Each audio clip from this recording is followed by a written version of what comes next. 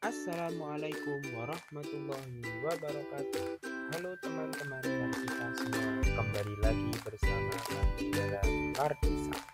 Mari kita belajar bahasa Indonesia. Siapkan diri kalian untuk belajar bersama.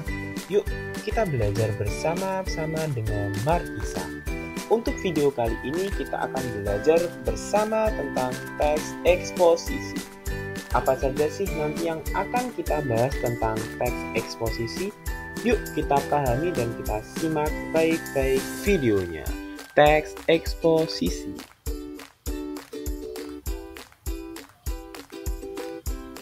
Pengertian teks eksposisi. Teks eksposisi adalah jenis teks yang berisi tentang informasi dan pengetahuan yang disampaikan secara singkat, padat, dan disertai pendapat atau argumen dari penulisnya.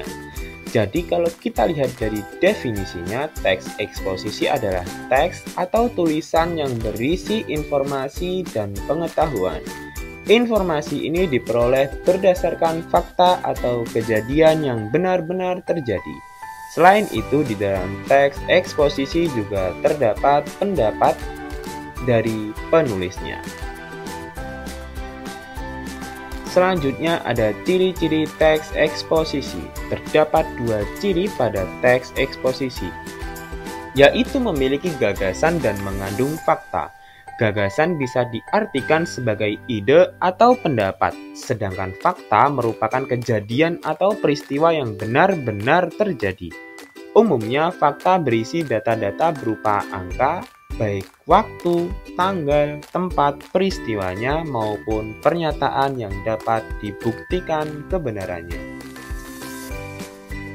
Lanjut untuk pola pengembangan teks eksposisi. Yang pertama ada umum atau khusus. Pola ini bisa disebut juga dengan paragraf deduktif.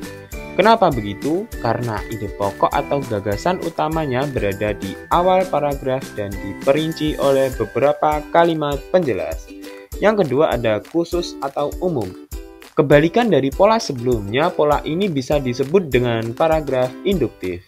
Alasannya karena di awal paragraf penulis akan menyampaikan beberapa kalimat penjelas, lalu diakhiri dengan kalimat umum atau ide pokok yang dijadikan kesimpulan. Yang ketiga ada ilustrasi. Lanjut ke pola pengembangan berikutnya. Pada pola pengembangan ilustrasi, penulis akan menyampaikan gagasan di awal paragraf. Kemudian diperinci dengan beberapa ilustrasi yang dapat mendukung gagasan-gagasan tersebut. Ilustrasi ini berupa data penguat yang berasal dari pengalaman atau pengamatan seorang penulis. Tujuannya untuk membuktikan gagasan yang disampaikan. Dan yang terakhir ada perbandingan. Pada pola ini, penulis akan membandingkan gagasan yang disampaikan dengan benda, keadaan, atau hal-hal lain yang memiliki persamaan atau perbedaan. Tujuannya untuk memperkuat gagasan penulis agar dapat meyakinkan pembaca. Lanjut untuk struktur teks eksposisi. Kita masuk ke bahasan terakhir ya. Selain pola pengembangan, teks eksposisi juga punya struktur teks eksposisi.